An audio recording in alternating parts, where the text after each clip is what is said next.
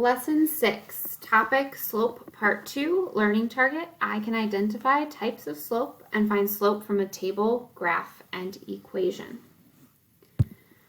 So slope is our rate of change, and it describes the steepness of a line. So the way we talked about it last time was our change in y over our change in x. And today we're going to use the rise over run. So in our graph, you can see here's your line. And the slope is found by your change in y, or how much you go up and down. So that would be what we call the rise, because when you rise, you go up, like a rise out of bed. And then your change in x, so how much you go left and right, that would be our run. So you run horizontally. And then you can see it makes this nice little triangle, and we call that our slope triangle. So it helps us find the slope of our line. But before we get there, we are going to talk about types of slope, remind ourselves with Mr. Slope Guy. So we have our positive slope, because if we start at the left-hand side and we work our way to the other side, we go up. We have our negative slope, because if we start at the left-hand side and we work our way to the other side, we would be going down. Then we have our zero slope, that left and right, that zero slope. Remember that O is the zero. And then we have our straight vertical up and down line, which is that undefined U of the nose.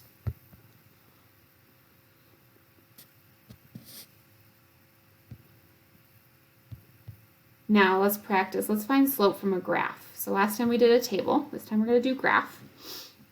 So we're going to make that slope triangle. We're going to find the 2 points on our graph, and we're going to make a triangle between them. So we're going to go all the way up to that point and over. So now we just have to count our rise and our run. So remember, our rise is how much did we go up or down. So when we count that, we're going to count our jumps. So here we're going to go 1 jump, 2, 3, 4, 5, 6. So we had 6 jumps, so our rise is 6.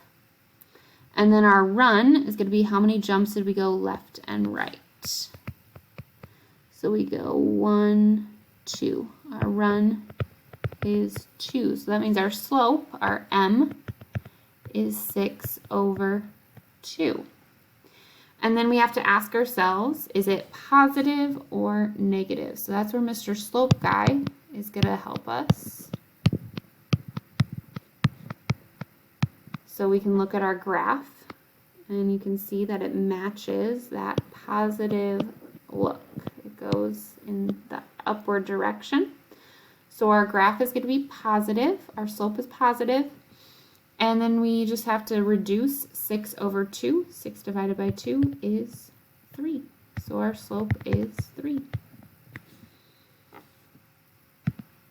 Another example for you guys. We've got, again, another graph. So we're going to make that slope triangle.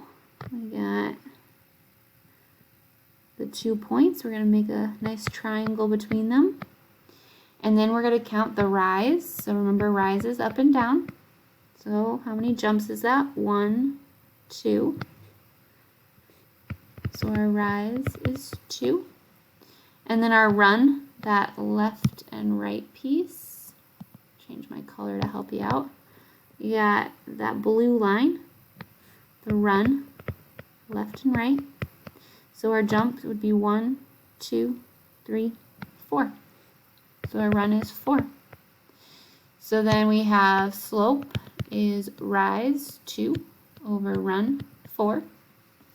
And we have to check positive or negative. So Mr. Slope Guy, we've got positive, negative.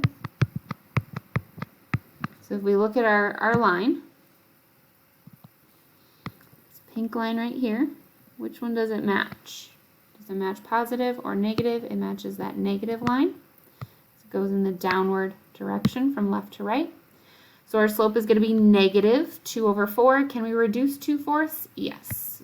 M equals negative 1/2 would be our slope. All right, and then a quick introduction to our slope-intercept form. So we have this forms of linear equations, and one of them is called slope-intercept form because it gives you your slope and it gives you your y-intercept. So slope-intercept form is y equals mx plus b. So y and x we know already because that's what we have in an equation. We make our table to figure out their values. M and b are going to be changed to numbers. And your m, as we've been working with, is slope. And your b is your y-intercept. We'll talk more about the b in our next lesson, but for today we want to focus on that slope. So slope, if you look, is always next to x. It's being multiplied by x.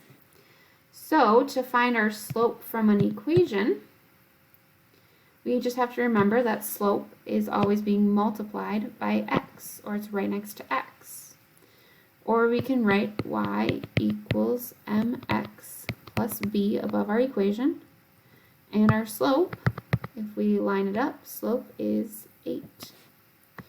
Please, please, please do not include the x. Slope is next to x, but it's not including x. So m is the 8. See, the x is separate from that m. So m is just the number. One more example for you. We have y equals 3/4 x plus 4.